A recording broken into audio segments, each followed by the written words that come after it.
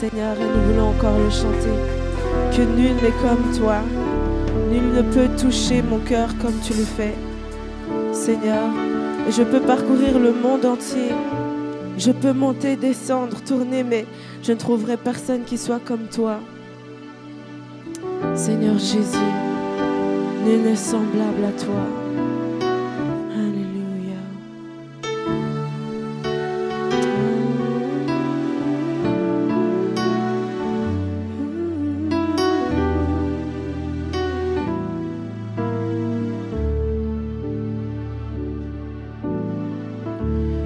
Nul n'est comme toi. Nul ne peut toucher mon cœur mieux que toi. Si je parcourais l'univers entier, je trouverais que nul n'est comme toi.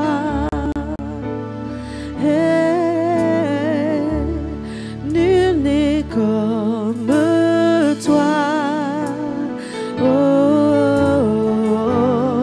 Nul ne peut toucher mon cœur comme toi. Si je parcourais l'univers entier, je trouverais que nul n'est comme toi.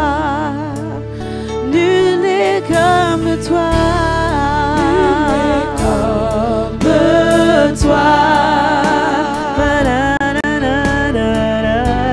Nul n'est comme toi. Parcourais l'univers entier, je trouverais que nul n'est comme toi. Nul n'est comme toi. Nul n'est comme toi. Nul ne peut toucher mon cœur comme toi. Je parcourais l'univers entier, je trouverais que nul n'est comme toi. There is none like you. No one else can touch my heart like you do. I can search for all eternity, Lord, and find there is none like you. Nul n'est comme toi, que toi. Nul ne peut toucher mon cœur comme toi.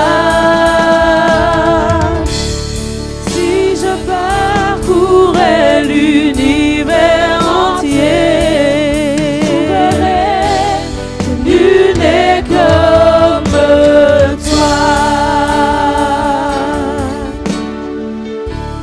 Si je parcourais l'univers entier, je trouverais que nul n'est comme toi.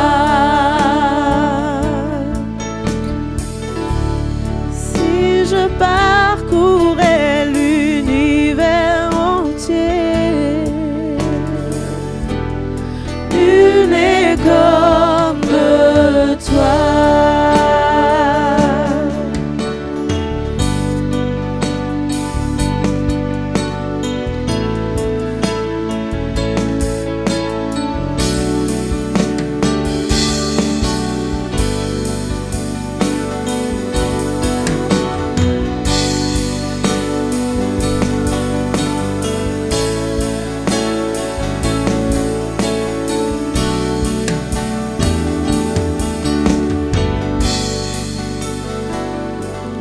J'étais brisé, vide et sans espoir. Ta grâce m'a trouvé, m'a restauré. Je n'ai rien à moi, mais tel que je suis, tu me libères, tu me libères. Grâce infinie de notre Dieu qui un jour m'a sauvé.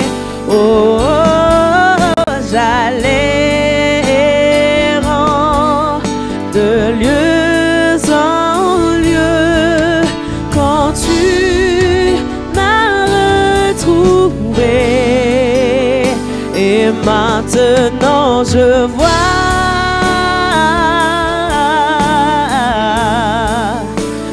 vois l'amour, la grâce dans tes yeux, donnant ta vie pour moi,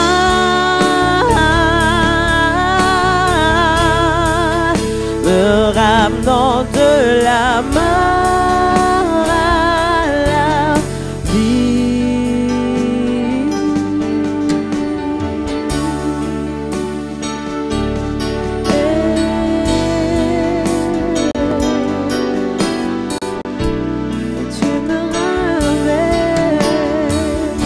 Nos échecs, tu prends nos échecs, tu prends nos faiblesses, tu places ton trésor dans des vases d'argile. Oh, prends mon cœur, Père, je veux te servir pour que tous voient ta vie en moi. Grâce infinie de notre Dieu qui un jour m'a sauvé. Oh, oh, oh, j'allais de lieu en lieu quand tu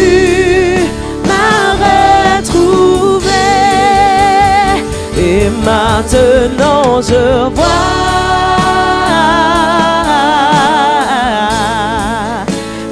vois l'amour, la grâce dans tes yeux, donnant ta vie pour moi,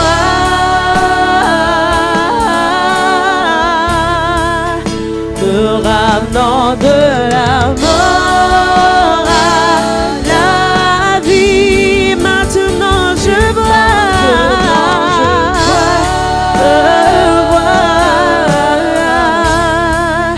je vois l'amour, la grâce dans tes yeux, donnant ta vie pour moi,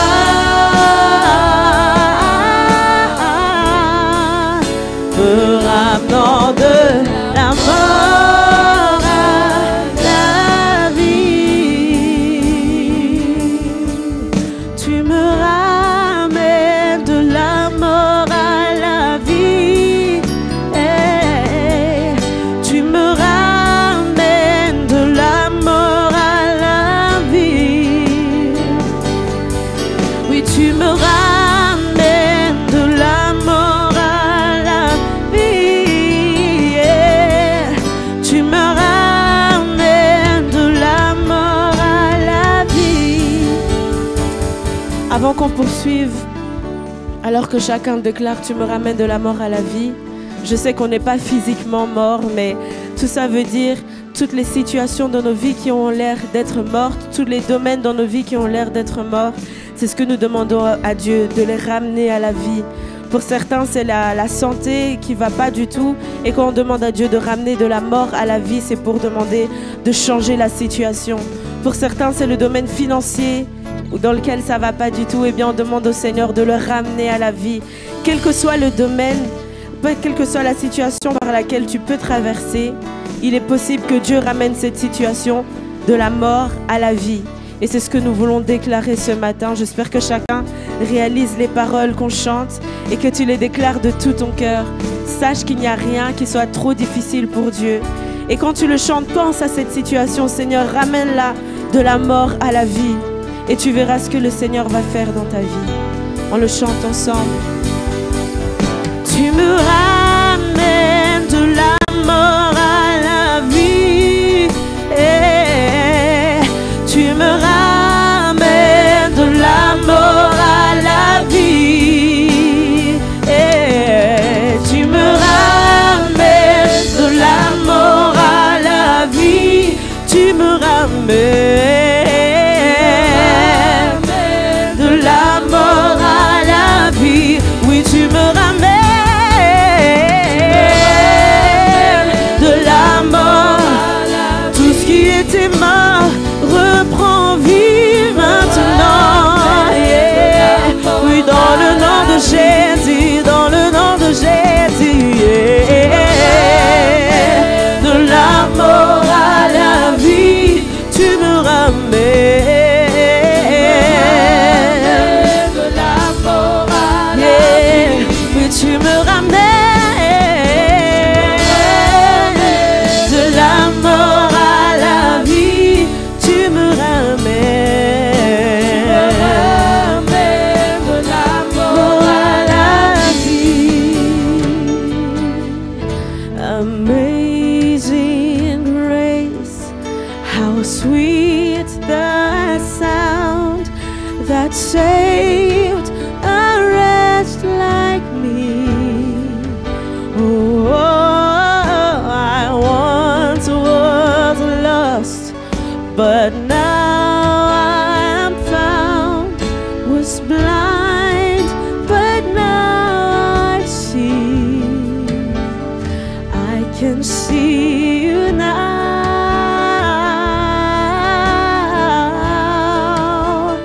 I can see the love in your eyes, laying yourself down,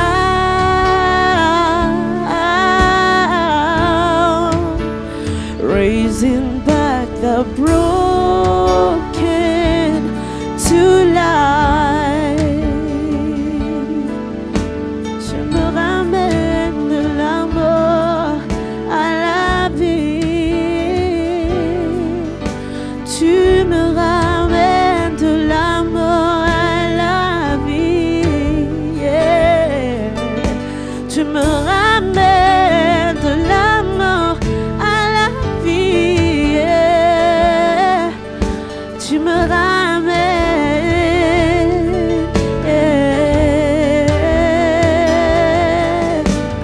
Transforme ma vie. Fais de moi ce que tu veux. Transforme ma vie. Fais de moi ce que tu veux. Transforme mon cœur. Fais de moi ce que tu veux. Transforme mon cœur. Oui, fais de moi ce que tu veux. Bouleverse ma vie, Jésus. Fais de moi ce que tu veux.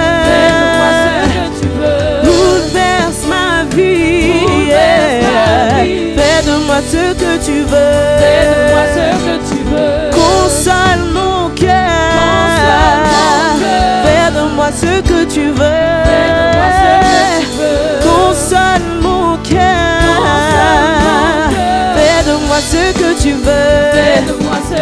Oui, fais de moi ce que tu veux. Fais de moi ce que tu veux. Fais de moi ce que tu veux. Fais de moi ce que tu veux.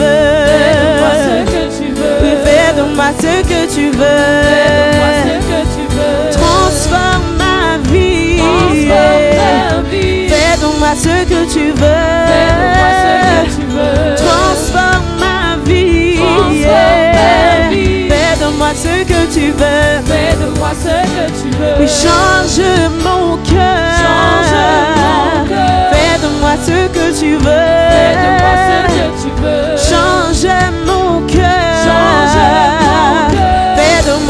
que tu veux.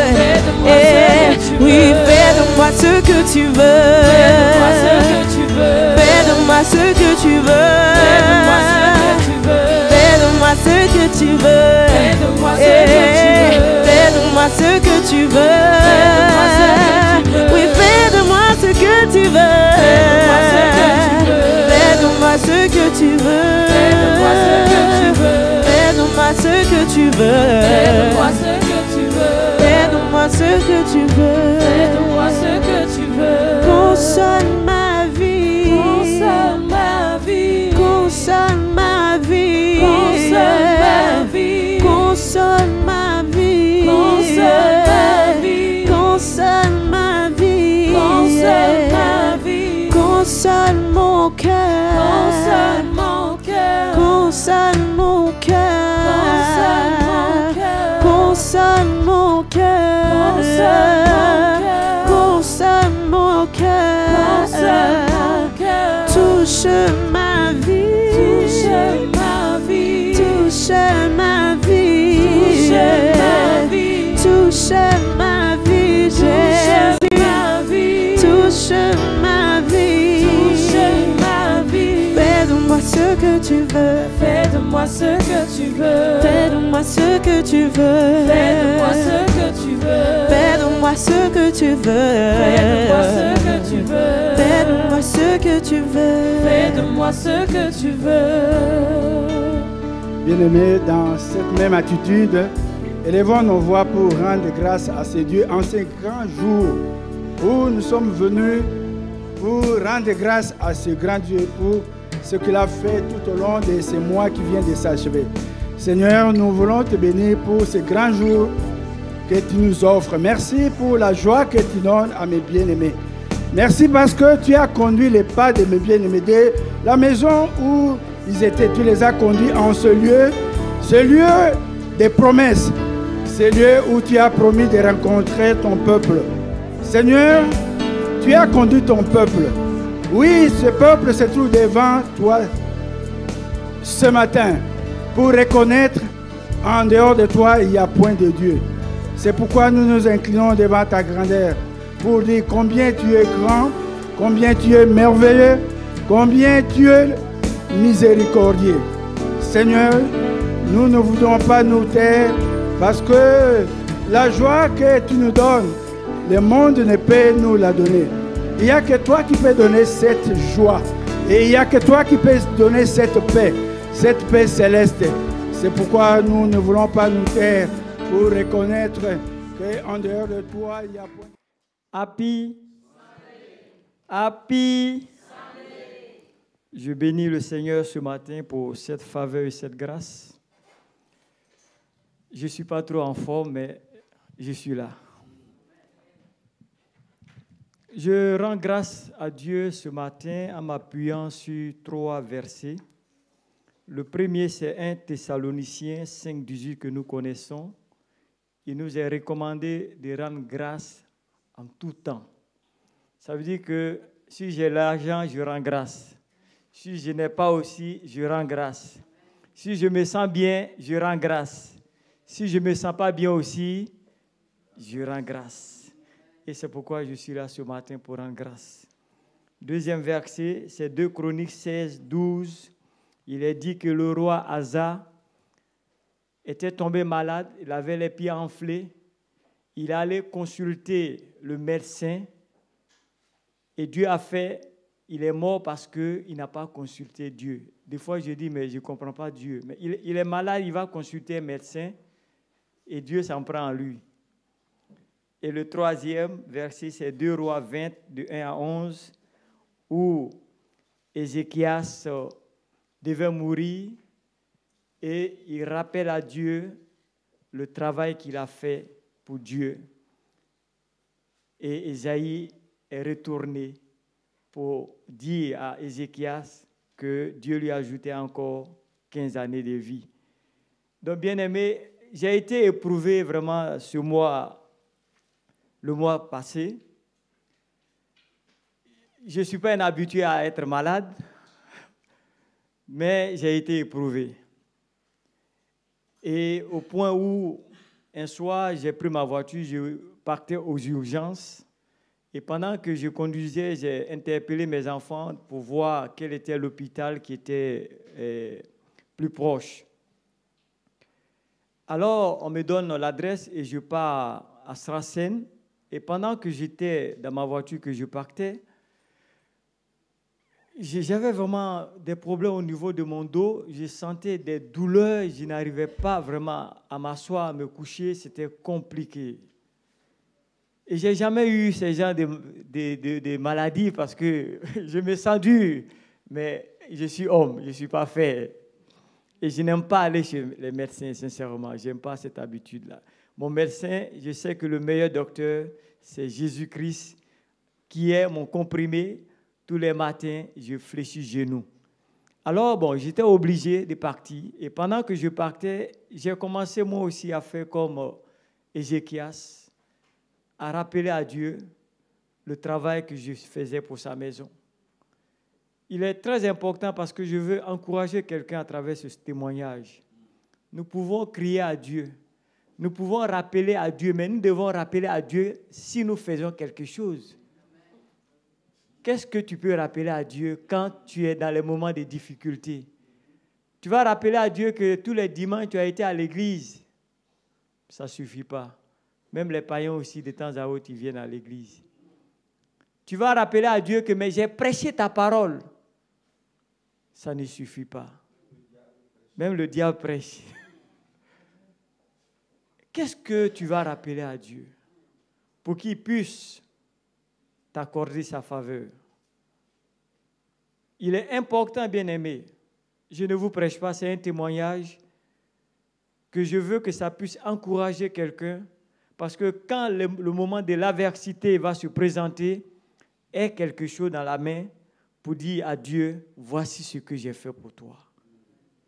Mais si tu n'as rien à présenter, ce sera difficile. Alors, j'ai commencé à prier et rappeler à Dieu le travail. J'ai dit, mais dans cette condition-là, dans cet état-là, qu'est-ce que je peux faire pour l'œuvre? Il y a beaucoup de travail à faire dans cette maison-là. Peut-être que vous arrivez les dimanches, tout est préparé, on est assis, la cour est nettoyée, les poubelles sont vidées, mais en semaine, il y a du travail. Alors je dis, mais si moi je dois rester couché, je sais que je sais à quelque chose.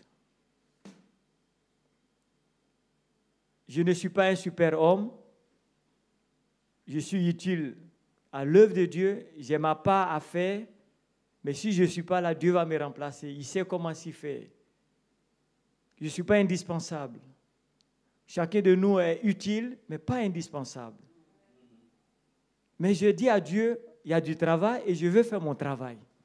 Tu m'as donné de m'occuper de ta maison, il faut que je m'en occupe. C'est en m'occupant de ta maison que j'ai pris le coup. Parce qu'on a eu à travailler, on a déplacé des meubles ici.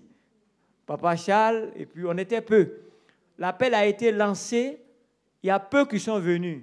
Et vous voyez que quand peu supportent le poids de tout le monde, le peu là prend un coup, et c'est ce coup-là que moi j'ai pris. Alors j'ai commencé à rappeler à Dieu, ah, voici ce que j'ai fait. Je suis arrivé à Strassen, la brûlure que je sentais au niveau de mes hanches, tout et tout, du coup, ça a disparu. J'avais des difficultés même pour m'asseoir dans la voiture, pour monter et pour descendre, mais du coup, ça a disparu. Je suis descendu, je ne réalisais pas que vraiment ça allait, quoi, mais je suis descendu pour marcher un peu et j'ai senti que ça allait. Donc, j'ai rebroussé chemin. Et le lendemain, je suis allé voir mon médecin pour faire un contrôle. Et il m'a prescrit d'aller faire une IRM. C'est comme ça qu'on l'appelle, non? Parce que tout ce qui est de ces choses-là, je n'aime pas ça. Donc, moi, je suis accroché à mon Dieu. Je sais que c'est lui le meilleur docteur, c'est lui qui me guérit. Et donc, il m'a touché, il m'a fait faire des mouvements. Il m'a dit non, il n'y a rien de grave, c'est tellement que tu as pris un coup. OK. Et donc, je bénis le Seigneur parce qu'il est au contrôle, il me soutient. C'est des moments durs parce que ça a été un coup dur, j'ai encore des séquelles. Et quand bien même on m'a donné quelques jours pour rester à la maison, c'était compliqué pour moi parce que je n'arrive pas à rester tranquille. Je n'arrive pas à rester sur place.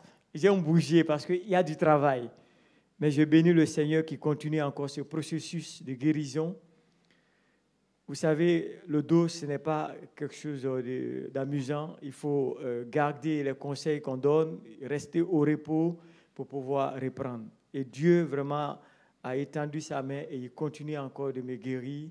Et je veux vraiment rendre grâce, lui dire merci parce qu'il n'est pas un homme pour mentir, ni le fils de l'homme pour se repentir. Ce qu'il dit, il se tient derrière sa parole. Et il m'a accordé vraiment cette grâce. Et si je suis devant vous ce matin, c'est une grâce. C'est ni pas que je mérite plus que vous, ni que je suis plus capable que vous, mais c'est une pure grâce. Alors je veux saisir ce privilège, cette opportunité pour dire merci au Seigneur parce que tu m'as guéri. Soyez bénis.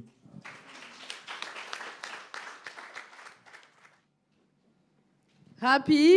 Sunday. Happy? Sunday. Happy? Sunday. Alléluia. Bonjour au peuple de Dieu. Je me réjouis d'être dans votre présence. En cette année de consolation, notre Dieu, il est grand. Il est le Tout-Puissant, il est merveilleux. La consolation, c'est une réalité comme notre papa nous a dit. Et je bénis le Seigneur. Je rends grâce à Dieu pour la consolation qui m'est faite. Et ce n'est pas fini, mes frères et sœurs. Ce n'est que le début. Je rends grâce à Dieu parce que j'étais la dernière fois en Afrique, dans mon pays, en 2011. Et depuis que je suis ici à El Shaddai, je suis en train de me dire, Seigneur, tu m'as donné des frères et des sœurs en Christ. Mais toute ma famille est en Afrique. Fais grâce pour qu'au moins une personne de ma famille soit là. Pour que de temps en temps aussi, je sache que je peux passer du temps avec ma famille aussi. Et le Seigneur, vraiment, il fait plus que ce qu'on lui demande.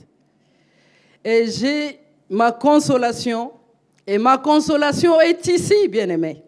Elle est ici maintenant dans cette église. Là, aujourd'hui, j'ai mon cousin qui est ici, que je n'ai pas vu depuis 2011. Je les avais vus la dernière fois, ils avaient 2 enfants. Et par la grâce de Dieu, ils sont venus. Ils sont venus de Mons, de l'Afrique d'abord. Ils ont fait 9000 km. Ils sont en Mons. Et là, ils ont passé le week-end chez moi. Ils sont à 4. Et c'était leur 12e anniversaire de mariage. Oh, quelle consolation, mon Dieu! Alléluia, je bénis le Seigneur. Seigneur, merci. Je voulais te rendre grâce pour cette consolation. Et ça me touche. C'est pour vous dire que, quel que soit ce que nous demandons à Dieu, il sait ce qui est bon pour nous. Et il sait comment nous consoler. Merci, Seigneur, pour la consolation de 2019. Je peux les appeler pour que vous les voyez. Mon cousin Richard, maman Sarah,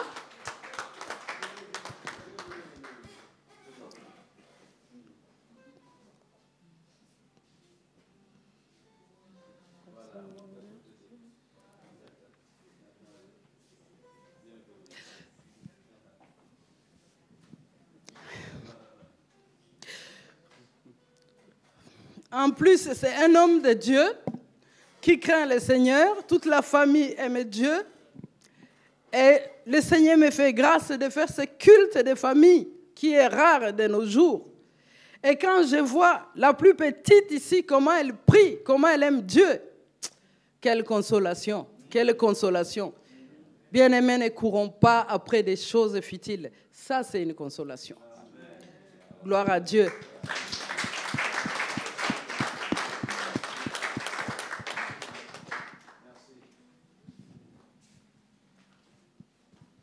Merci. Nous allons écouter les 3e témoignages. Et là, j'invite Marie-Chantal à venir s'exprimer ici en ce lieu.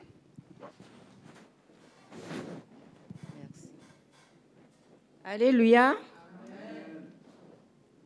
Si je vous vois comme ça, je vous aime de tout mon cœur.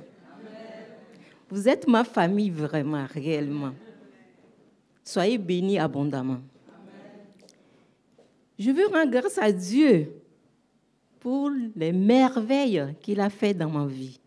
Et dans la vie de mon mari, Paul, dans la vie de mes enfants et dans la vie de ma petite fille.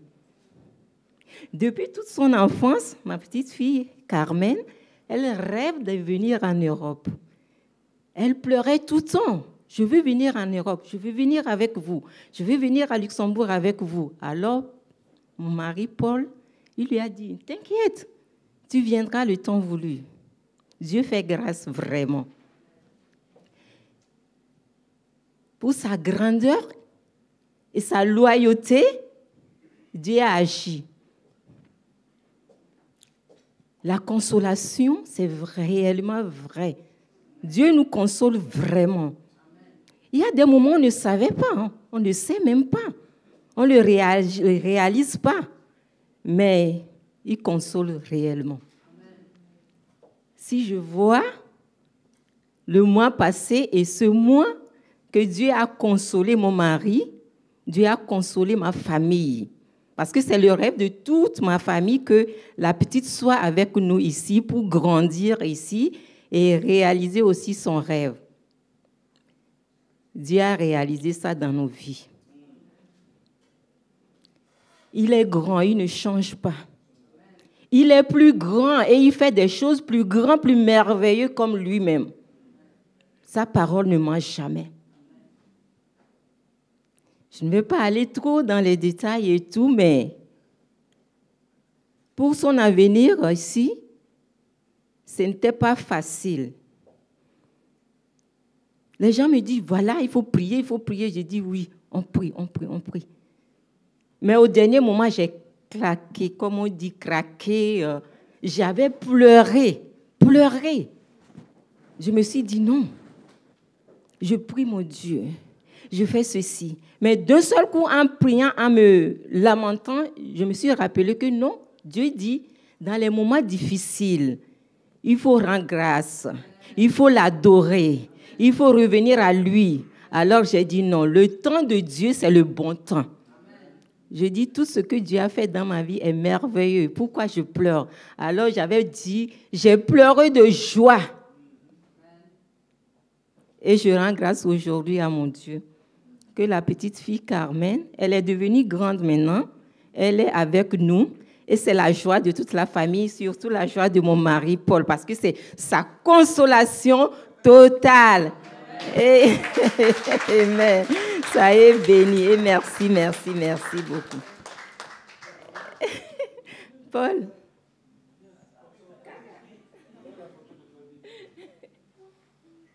Evelyne.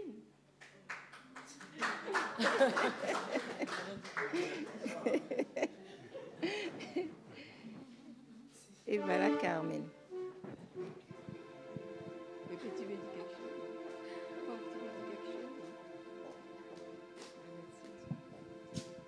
Oui, bonjour.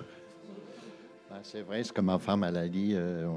Bon, ça a duré 3 ans, 4 ans, on avait prévu, et par le tribunal, il y avait une procureure qui trouvait toujours quelque chose à négativiser.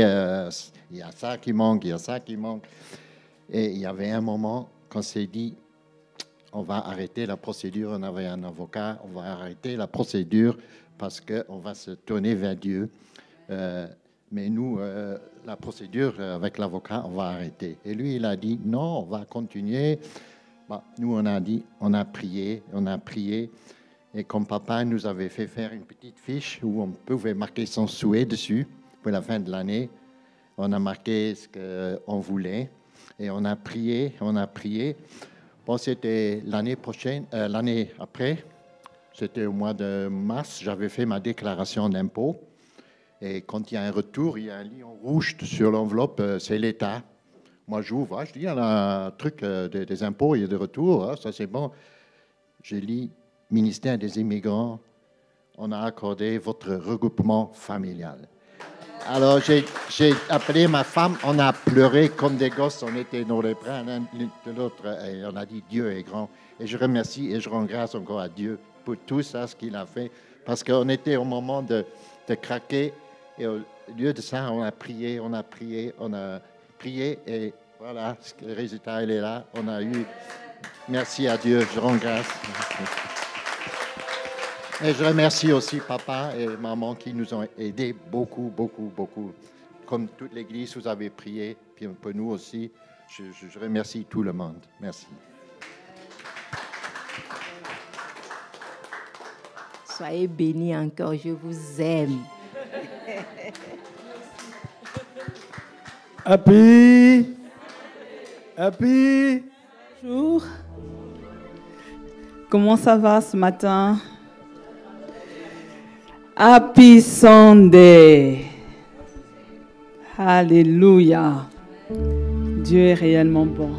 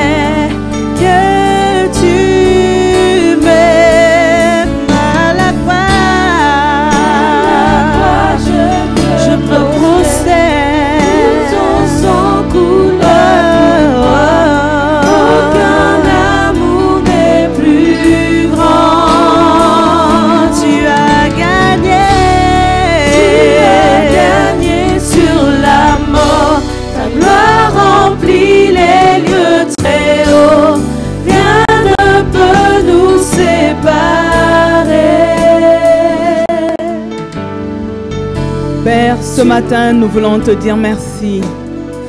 Merci pour l'œuvre de la croix. Merci parce qu'à la croix, Jésus, tu as dit que tout est accompli. C'est pourquoi, avec mes bien-aimés, nous avons l'espérance que parce que tout est accompli, nous allons chacun recevoir notre totale consolation. Je te bénis, Seigneur, pour les personnes que tu as déjà consolées. Merci parce que tu consoles mes bien-aimés en leur accordant la bonne santé. Tu consoles les bien-aimés en opérant un miracle dans la recomposition familiale. Tu consoles les bien-aimés en restaurant les foyers. Tu consoles les bien-aimés en donnant des bébés miracles. Mais tu consoles aussi les bien-aimés en donnant un conjoint. À la croix, tout est accompli. Tout est accompli. Tout est accompli. Tout est accompli. Seigneur, nous avons l'espérance que ce n'est pas encore fini pour nous, parce que nous sommes en vie. Ce n'est pas encore fini pour nous. Nous allons vivre notre consolation. Pas demain, pas après-demain, mais aujourd'hui. Quelque chose va se passer. Je bénis ton nom, Seigneur. Je bénis ton nom, Seigneur, parce que tu es le Saint d'Israël. Tu es le Dieu tout-puissant. Tu es le Dieu fidèle. Merci pour la totale consolation. Alléluia. Amen. Merci, équipe de louanges. Nous sommes Happy Sunday. C'est un jour spécial. un jour de témoignage, mais également un jour pour nous dire que si Dieu a fait pour mon voisin, c'est qu'un jour, mon tour viendra. Je veux encourager une personne pour lui dire que tu n'es pas venu accompagner les autres sur cette terre. Tu n'es pas venu accompagner et seulement écouter les témoignages de ton voisin. Mais il faut te dire que d'ici le 31 décembre, tu te tiendras sur cette chaire pour rendre témoignage que tu as aussi obtenu ta consolation. Alors, est-ce qu'on peut acclamer le Seigneur parce qu'il ne ment pas. Il a fait déjà du bien à notre frère. Il a fait du bien à notre sœur. Et je me réjouis parce que moi aussi, je vais recevoir ma consolation. Qui me roulera la pierre? Parce que pour avoir la consolation, on fait parfois face à des obstacles, à des difficultés. Et ce matin, j'aimerais exhorter une personne avec cette question. Qui me roulera la pierre? En quelque sorte, comment est-ce que je peux passer outre les difficultés et les obstacles pour avoir ma consolation, pour vivre cette consolation? Est-ce que vous êtes avec moi ce matin? Et alors, je voudrais qu'ensemble, on lise Marc 16, à partir du verset 1. Je vais faire la lecture. Lorsque le sabbat fut passé, merci de vous lever, on va faire la lecture ensemble. On y va. Lorsque le sabbat fut passé, Marie de Magdala, Marie, mère de Jacques, et Salomé achetèrent des aromates afin d'aller embaumer Jésus. Le premier jour de la semaine, elles se rendirent au sépulcre de grand matin, comme le soleil venait de se lever. Elles se disaient entre elles, « Qui nous roulera la pierre loin de l'entrée du sépulcre ?» Et alors, demande à ton voisin, « Qui me roulera la pierre ?»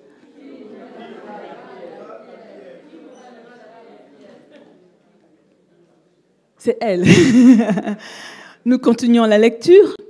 Et, levant les yeux, elles aperçurent que la pierre, qui était très grande, avait été roulée. Est-ce que quelqu'un peut dire Amen? Amen. Nous continuons la lecture. Elles entrèrent dans le sépulcre, virent un jeune homme assis à la droite vêtu d'une robe blanche, et elles furent épouvantées. Il leur dit, « Ne vous épouvantez pas. Vous cherchez Jésus de Nazareth, qui a été crucifié. Il est ressuscité. Il n'est point ici. Voici le lieu où on l'avait mis. Mais allez dire à ses disciples et à Pierre qu'il vous précède en Galilée. C'est là que vous le verrez. » Elles sortirent du sépulcre et s'enfuirent. La peur et le trouble les avaient saisies et elles ne dirent rien à personne à cause de leur effroi. Jésus, étant ressuscité le matin du premier jour de la semaine, apparut d'abord à Marie de Magdala, de laquelle il avait chassé 7 démons. Elle alla emporter la nouvelle à ceux qui avaient été avec lui et s'affligeaient. Amen. Amen. On peut s'asseoir. Il est question de 3 femmes, les 2 Marie et Salomé. Ces femmes avaient été témoins de la mort de Jésus. Et pour être certaine, vous voyez, dans Marc 15, 40, il est dit, il y avait aussi des femmes qui regardaient de loin. On comprend qu'il y avait une terreur que c'était une situation où on n'était pas garanti de sa sécurité. C'est la raison pour laquelle elle regardait de loin. Parmi elles,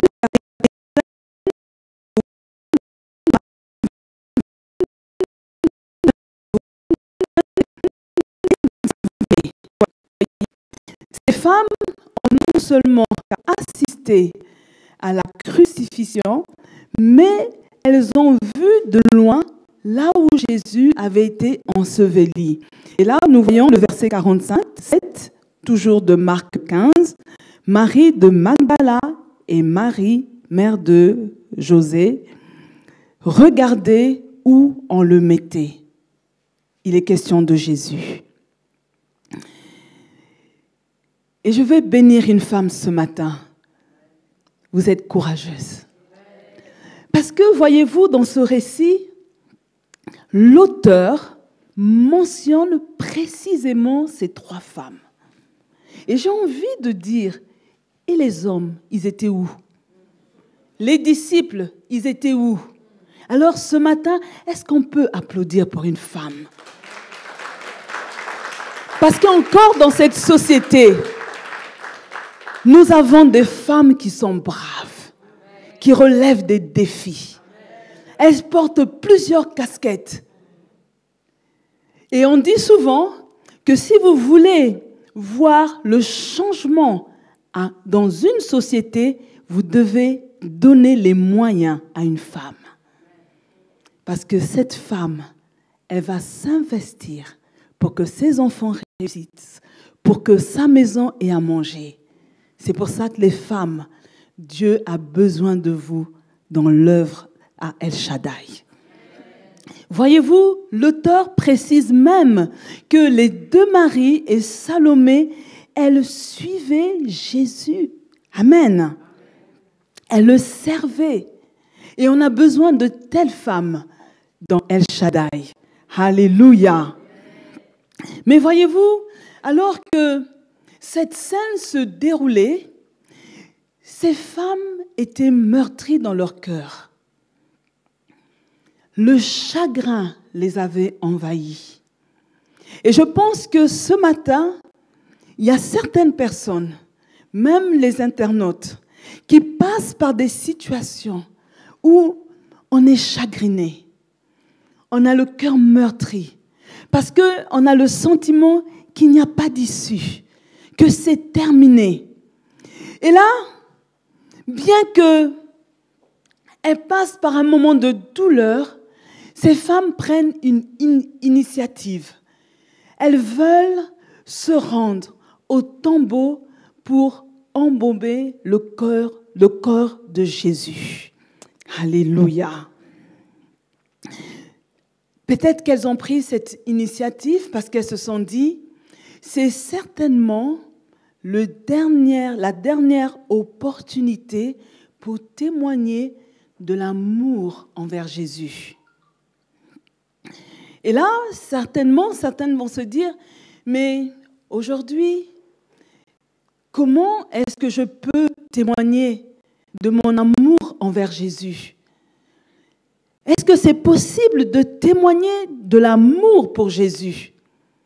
Et elles, c'était leur manière. Elles ont pris les aromates. Elles disent, allons en direction du tombeau, parce que j'ai une dernière opportunité de rendre un témoignage de l'amour que je porte dans mon cœur à l'égard de Jésus. Et pour notre génération, Éphésiens 6, 24 nous dit que la grâce soit avec tous ceux qui aiment notre Seigneur Jésus-Christ d'un amour inaltérable. Alléluia. Nous avons donc la possibilité, bien-aimés, tout au long de la journée, tout au long de la semaine, de témoigner de l'amour pour notre Seigneur, par notre façon de nous comporter, dans notre façon d'être, dans notre façon de rendre témoignage de la personne de Jésus autour de nous. Donc, ce n'était pas réservé simplement aux personnes de cette époque, même à notre époque, ça doit être notre motivation, que nous cherchons à une opportunité de rendre témoignage de l'amour de Jésus. Alléluia. Et en chemin, bizarrement, elles réalisent qu'elles ont omis un détail, mais pas les moindres. Et je me suis posé la question, ces femmes qui regardaient la scène de loin, cela revient à dire qu'elles ont vu tout ce qui s'est déroulé jusqu'au moment où on a roulé la pierre, mis des gardes. Mais lorsque elles prennent la décision d'aller embober le corps de Jésus, c'est comme si elles ont sombré dans l'oubli. Elles ont oublié ce détail. Elles ont oublié qu'il y aurait un obstacle pour atteindre le corps de Jésus. Et c'est là qu'elles se posent une question. Qui nous roulera la pierre? Bien-aimés, cette question est légitime et elle est toujours d'actualité pour notre génération. Il y a des personnes qui désirent sortir de la galère quotidienne. Et elles se posent la question, qui va me rouler cette pierre qui m'empêche d'accéder à un autre niveau de vie? Il est possible que tu te poses la question parce que tu as envie de vivre un nouveau miracle, mais tu vois qu'il y a des difficultés qui empêchent l'accès à ce miracle. Il y a des personnes qui traversent des situations qui les empêchent de partir à l'autre bord parce qu'elles voient une grande pierre devant elles. Et toujours la même question. Qui me roulera la pierre? J'ai une bonne nouvelle pour une personne ce matin.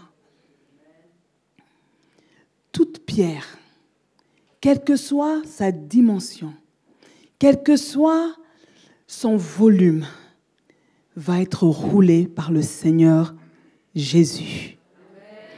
J'ai l'impression qu'on ne me comprend pas ce matin. Je suis en train de t'annoncer que la pierre qui fait obstacle à ton miracle va être roulée. Je suis en train de te dire ce matin que cette pierre qui empêche ta progression va être roulée. Quel que soit le nom de cette pierre. Et là où on est ce matin, bien-aimés, chacun de nous, nous connaissons le nom de la pierre qui constitue l'obstacle de notre vie. Nous connaissons parfaitement son nom. Et je t'assure ce matin que quel que soit son nom, ce nom n'est pas plus grand que le nom de Jésus. Parce que la Bible dit que Jésus a reçu le nom au-dessus de tout nom. Et qu'au nom de Jésus, tout genou fléchisse. Je suis en train de te dire, commence à visualiser le nom de ta pierre et dis que le nom de Jésus est au-dessus. Et que ce nom, que cette pierre va fléchir devant le nom de Jésus. Bien-aimés, ces femmes vont vivre une succession de consolations. Elles font un constat. Qui va nous rouler la pierre? Elles auraient pu rebrousser chemin pour dire, on va aller chercher de l'aide. On va aller chercher des personnes capables de rouler cette pierre. Bizarrement, elles ont continué le chemin. Et la première consolation, nous allons lire le verset 4, nous dit, et levant les yeux, elles aperçurent que la pierre, qui était très grande, avait été roulée. Écoutez-moi, bien-aimés. Ce qui se passe, c'est que la grande pierre a été roulée sans intervention humaine. Dieu s'est chargé de l'obstacle. Il a déplacé l'obstacle. Je suis en train de dire à une personne ce matin que de laisser Dieu se charger de cet obstacle. Parce que au moment où toi, tu es en train de converser avec lui, lorsque tu vas lever les yeux, l'obstacle aura disparu. Je suis en train de dire à une personne que les difficultés que tu appréhendes, il te suffit de lever les yeux pour voir qu'elles ont disparu.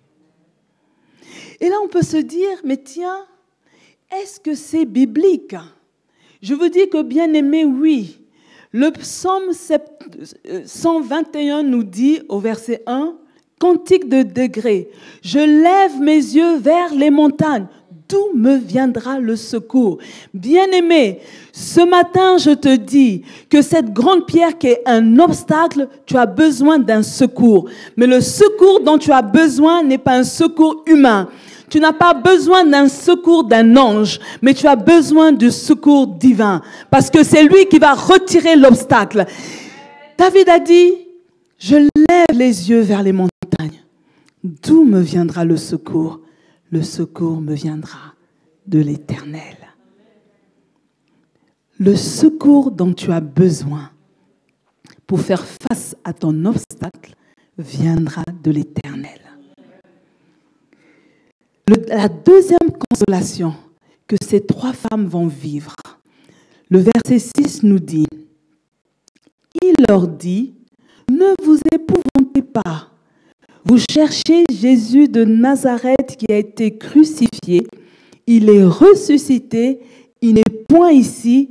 Voici le lieu où on l'avait mis. » L'ange confirme la résurrection de Jésus.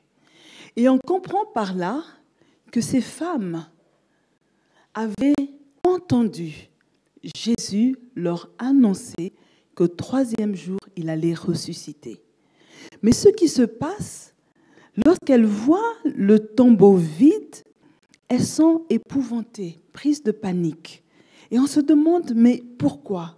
Alors qu'elles ont entendu, pas en différé, mais en live, elles ont entendu Jésus dire que je vais mourir et je vais ressusciter.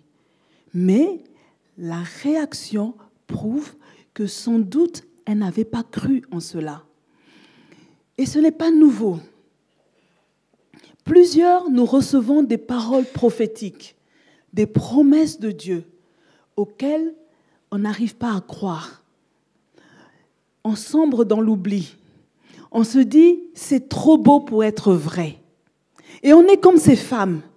Parce que la parole de Dieu, lorsqu'elle sort, elle a un mandat. Elle ne retourne pas à Dieu sans avoir accompli ses desseins. Nous connaissons cela. On sait que Dieu marche derrière sa parole pour l'accomplir.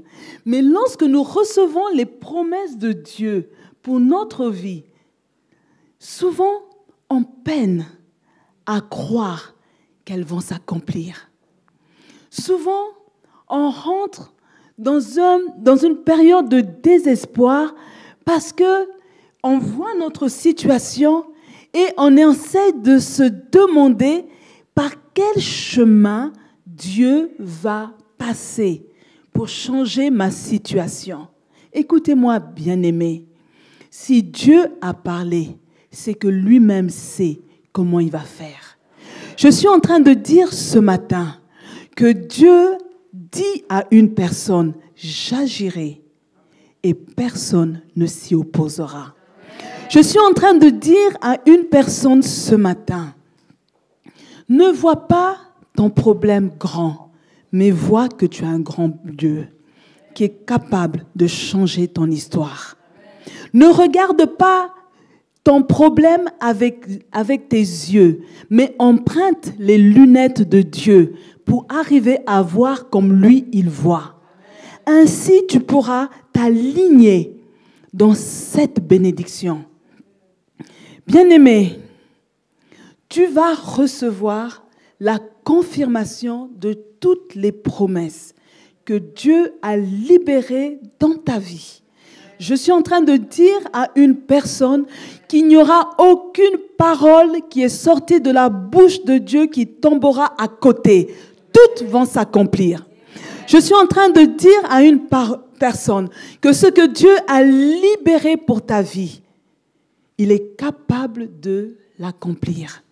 Alors, reprends courage. Reprends courage, bien-aimé. Nous sommes dans l'année de la consolation. Et cette totale consolation est en chemin pour toi. Cette totale consolation, tu vas la vivre. Elle n'est pas simplement pour ton voisin. Mais je suis en train de te dire ce matin, je t'exhorte ce matin de croire que la consolation, Dieu l'a formulée uniquement pour toi. Tu vas vivre cette consolation. Alors sèche tes larmes. Sors de l'épouvante. Sors de ce que je ne comprends pas, ce que Dieu va faire, comment il va le faire. Laisse ces questions. Laisse Dieu être Dieu. Laisse Dieu être Dieu. Il est au contrôle de ta vie. Laisse-lui tenir les commandes de ta vie ce matin. Parce que ce qu'il a fait pour notre bien-aimée Marie-Chantal, il va le répéter pour toi. Ce qu'il a fait pour maman Maggie, il va le faire pour toi. Il a pu soigner papa Kofi, il va le faire pour toi. Dans le passé, il a donné le mariage à X, Y, Z, il va le faire pour toi. Alléluia. Écoutez-moi, bien-aimés. Parce que nous sommes à Happy Sunday, permettez-moi de vous donner rapidement ce petit témoignage. Alors que j'étais toute jeune, je servais. Dans le passé, tout le monde aimait se marier au début de la vingtaine parce qu'on avait peur de coiffer la Sainte Catherine. La Sainte Catherine, c'est quand on se marie après 25 ans. Et là, vous êtes là, jeune, vous servez Dieu à l'église. Et chaque fois, vous avez des demandes en mariage que vous rejetez. Et à un moment donné, vous avez des personnes bien pensantes qui viennent vous dire « Attention, tu fais trop ta maline. » Tout le monde qui vient te demander en mariage, tu dis « Non, non, non. Bientôt, tu vas coiffer la Sainte Catherine. » Et puis, je la coiffe. Et puis maintenant, quand je coiffe la Sainte Catherine, on est en train de me dire « Mais enfin, hein, tu cherches quoi? Accepte seulement du moment que tu es marié. Tu ne veux pas faire des enfants. » J'ai dit, c'est pas grave. Alléluia. Bien-aimé, même si tu as le désir de te marier, il n'est pas question de te brader. Parce que quand tu vas connaître les difficultés dans ce mariage, les mêmes personnes qui t'ont poussé à vite te marier, ce seront les mêmes qui vont se moquer de toi. C'est comme ça que sont les gens.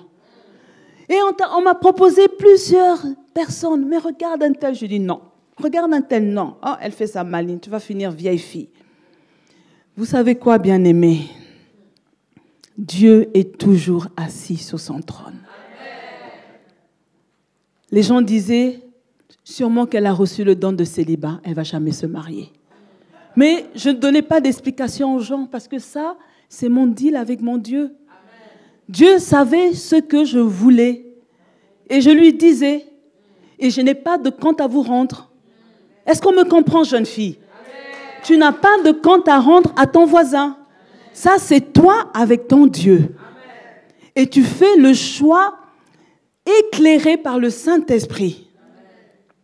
Et alors que 30 ans arrivent, on se dit, c'est fini. Elle ne va plus jamais se marier. Dieu est toujours sur son trône. Au moment voulu de Dieu, j'ai rencontré celui qui est aujourd'hui mon mari. Et vous savez, jeune fille, lisez la Bible. Naomi a fait une déclaration à Ruth. Je veux que Dieu t'introduise dans la maison d'un homme paisible. Toutes les maisons ne sont pas paisibles. Tous les foyers ne sont pas paisibles. Mais je bénis Dieu parce que aux yeux des hommes, j'ai coiffé la Sainte Catherine. Je me suis mariée dans ma 34e année. Mais parce que Dieu était dans cette histoire, les enfants sont venus sans problème. Et j'ai même eu des jumeaux. Quelle grâce! Des gens qui sont mariés 2 fois 20 ans avant moi, 10 ans avant moi, au même niveau, ils ont seulement un avec des complications de maternité. Je veux dire à une personne, fais des alliances avec Dieu.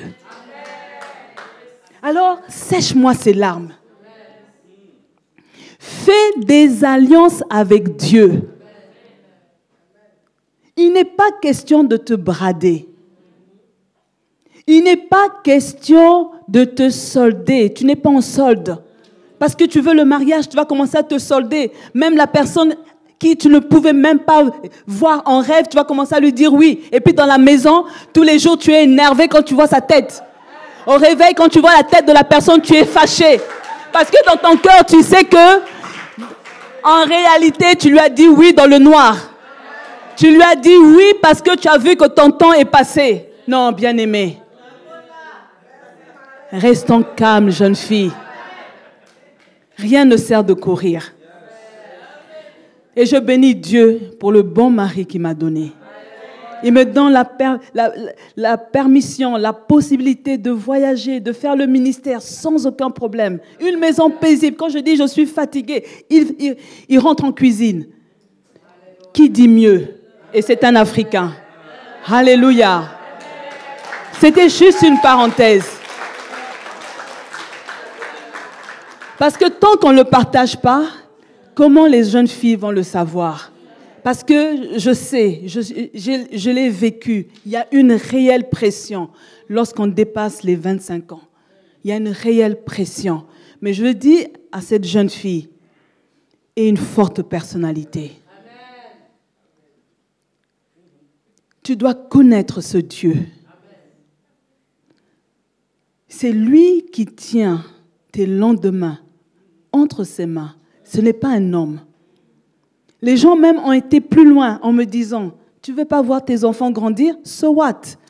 Si dans le passé, vous mourrez à 50 ans, à 60 ans, mais je lis aussi la Bible. Dieu rassasie de longs jours. Amen. Alléluia. Amen. N'acceptez pas les prétendus conseils qui viennent du diable. Amen. Parce que tu vas pleurer, bien-aimé. Combien de jeunes filles se marient par précipitation et sont transformées en intercesseuses dans la maison de leur mari? Elles sont éteintes. Elles fanent une fois qu'elles se marient. Parce qu'elles ont voulu la robe blanche. Elles ont voulu l'alliance, mais elles n'aimaient pas l'homme. Mais à cause du compte dira-t-on, elles restent mariées et elles dépriment. Elles meurent à petit feu dans les maisons. Bien-aimées, qu'il n'en soit pas ainsi pour toi. Qu'il n'en soit pas ainsi. Si c'est ça ta grande pierre, je suis en train de te dire, Dieu lui-même va la gérer. Et écoutez-moi, bien-aimés, la prophétie va confirmer ce que Dieu a mis dans ton cœur. Parce que quelqu'un d'autre va venir t'apporter. Je ne vous dis pas le nombre de fois que j'ai reçu des prophéties pour me dire que c'est X et Y mon mari. Vous savez quoi, bien-aimé? Dieu ne se contredit pas. Si on vous présente un Dieu qui a des contradictions, sachez que c'est le diable. Parce que Dieu, quand il dit blanc, ça demeure blanc jusqu'à la fin. Lorsqu'il dit noir, ça reste noir jusqu'à la fin. Alléluia.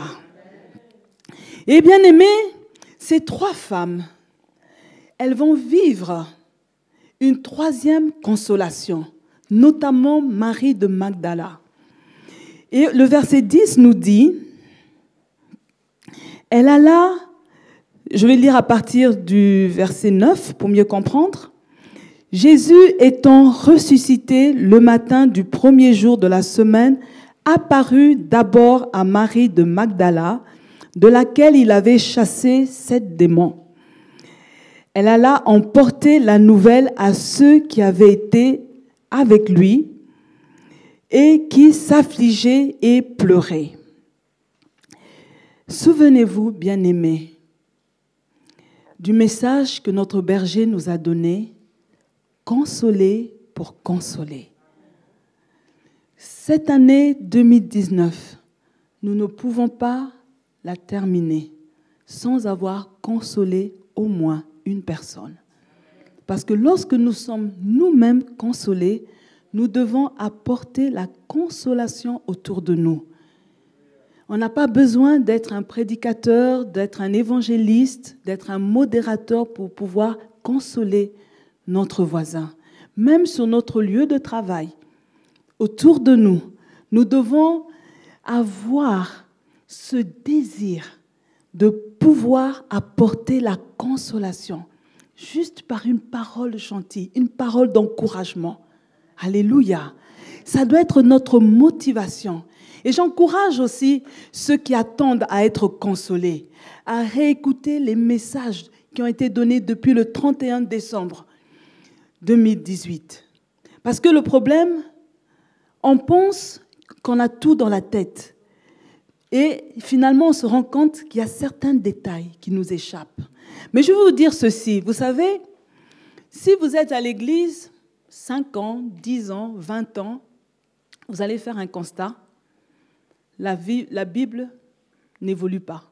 C'est toujours les mêmes livres, les mêmes versets qu'on va vous lire. Le même ordre et parfois les mêmes histoires. Ce qui fait qu'il arrive parfois que les gens, à un moment donné, je ne comprends pas, disent « je me lasse parce que c'est toujours la même chose ». Oui, Dieu est le même. Ce sera toujours la même chose. Mais, bien aimé, la différence, c'est que la parole de Dieu est vivante. Cela veut dire quoi? Le même verset que vous lisez aujourd'hui, quand vous le lirez dans 1 an, il y aura un plus qui va être libéré. 2 ans après, ce sera la même chose. Qu'est-ce que je veux vous dire par là, bien-aimés? Cela veut dire que le message où l'homme de Dieu a installé la pensée pour 2019, vous l'avez écouté la nuit du 31 décembre 2018. Et on pense que c'est clair dans notre tête. Le premier dimanche de janvier, il a fait un message, un merveilleux message. Les 4 niveaux de consolation. Je ne sais pas si... Est-ce que quelqu'un se rappelle? Nous allons être consolés au niveau physique, moral, financière et spirituel. Alléluia. Vous voyez même, ça ne coule pas. Hein? C'est que certains ont commencé à oublier. Nous devons reconnaître les talents que Dieu a déposés dans cette église. Notre berger, un enseignant. Et vous savez que lorsqu'on est au cours étudiant, lorsqu'on prend un cours, on est en train de l'étudier, les jours qui suivent, c'est encore bien frais dans la tête. Mais quand des semaines passent, des mois passent, il y a des détails qui partent. C'est là qu'on dit couramment que la connaissance, c'est ce qui reste qu'on a tout oublié. Mais pour nous, bien-aimés, parce que nous sommes dans la maison de Dieu et il y a quelque chose que nous devons gagner de la part de Dieu, recevoir de la part de Dieu, il est important de repartir en arrière et réécouter, réécouter, réécouter. Consoler pour consoler. Amen. Le temps passe. Et vous voyez, Marie de Magdala, lorsqu'elle est consolée par la nouvelle de l'annonce de la résurrection de Jésus, mieux encore, elle rencontre Jésus, elle court pour aller consoler les disciples, tout le monde qui était affligé, qui avait oublié que Jésus devait être ressuscité, et elle a annoncé qu'il est vivant. Alléluia. Bien-aimés, tout est accompli. Jésus est celui qui va rouler la pierre, qui fait obstacle. Je suis en train de dire à une personne que Jésus se charge de ta consolation. Et pour terminer, merci, on est là. Je vais juste laisser une parole pour vous dire que la pierre qui doit être roulée peut se faire aujourd'hui. Et que cette consolation peut prendre n'importe quel nom.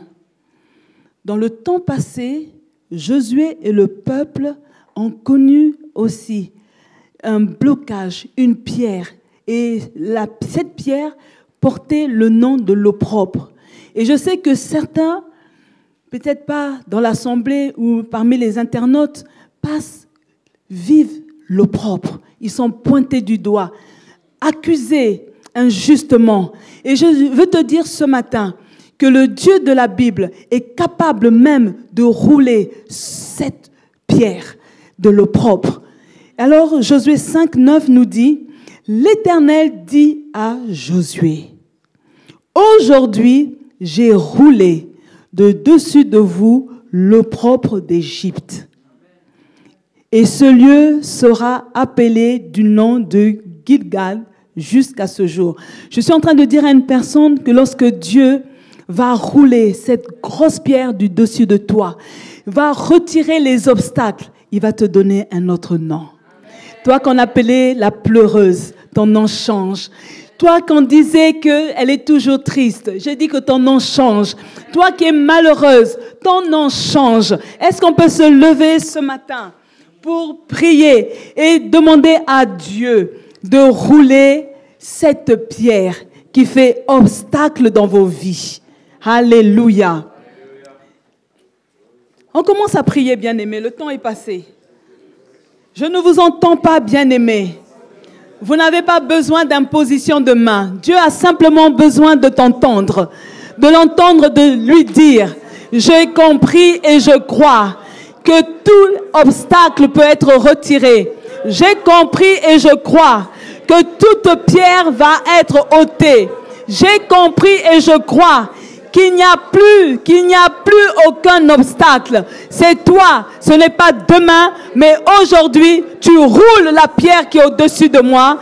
Au nom de Jésus, au nom de Jésus, amen. Merci beaucoup. Nous acclamons la parole de Dieu, la pensée de Dieu. Alléluia. Je sais qu'il y en a qui ont même rasé la Sainte-Catherine. Ils ne l'ont pas coiffée, ils l'ont rasée. Mais ne vous en faites pas. Le jour va arriver bientôt. Jeunes gens, le jour va arriver bientôt. Comme nous l'avons entendu, la pierre est roulée. La pierre est ôtée. Alors, ce que j'ai beaucoup aimé dans cette histoire, c'est que les femmes n'ont pas eu peur d'entrer dans le tombeau. Vous, là, vous avez peur de passer par le cimetière. Elles sont entrées non seulement dans le cimetière, mais elles sont entrées dans le tombeau.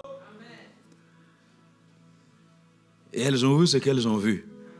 Et j'ai tellement rigolé. Elles s'enfuirent. Quand elles ont vu l'ange dans le tombeau qui leur a parlé, elles se sont enfuies. Alors voilà, vraiment que Dieu nous assiste et que chacun puisse comprendre que la pierre, l'obstacle qui t'a retenu jusqu'ici a été ôté ce matin. Va dans la liberté pour saisir ce que tu attends du Seigneur. Amen. Voilà, l'heure est passée, je m'excuse. Donc nous allons apporter ce qui est préparé pour le Seigneur en ce premier dimanche du mois de août. Si vous avez préparé votre offrande, si vous avez votre dîme, votre offrande d'action de grâce, je vous invite à vous lever et puis à vous avancer rapidement comme des soldats pour que nous puissions terminer notre culte.